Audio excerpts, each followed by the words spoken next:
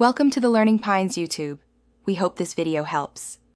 You begin by quitting every Microsoft 365 app and signing out of your accounts. This prevents locked files and stuck processes.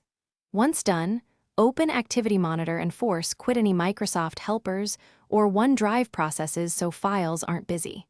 Next, in Finder, go to Applications and drag each Office app to the trash.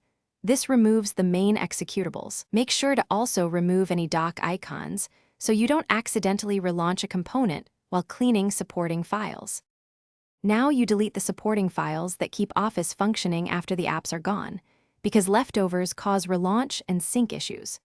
Open Finder, go to Folder and inspect /library/containers, /library/group containers, /library/application support, and /library/launch daemons for COM. Microsoft or Office-related folders, move them to trash. Also remove Microsoft entries from keychain access so credentials don't persist. Be deliberate. To finish, empty the trash and restart your Mac so launch agents and cache is clear. Then verify in Activity Monitor that no Microsoft processes remain.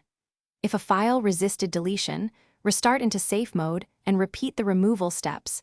Safe mode prevents helpers from running. Make sure you have backups before deleting anything from library. If problems persist, reinstall the latest Office installer, then uninstall cleanly again. This refresh can repair broken uninstallers and remove stubborn traces.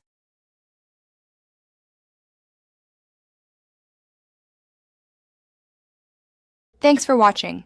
Consider subscribing if we helped you.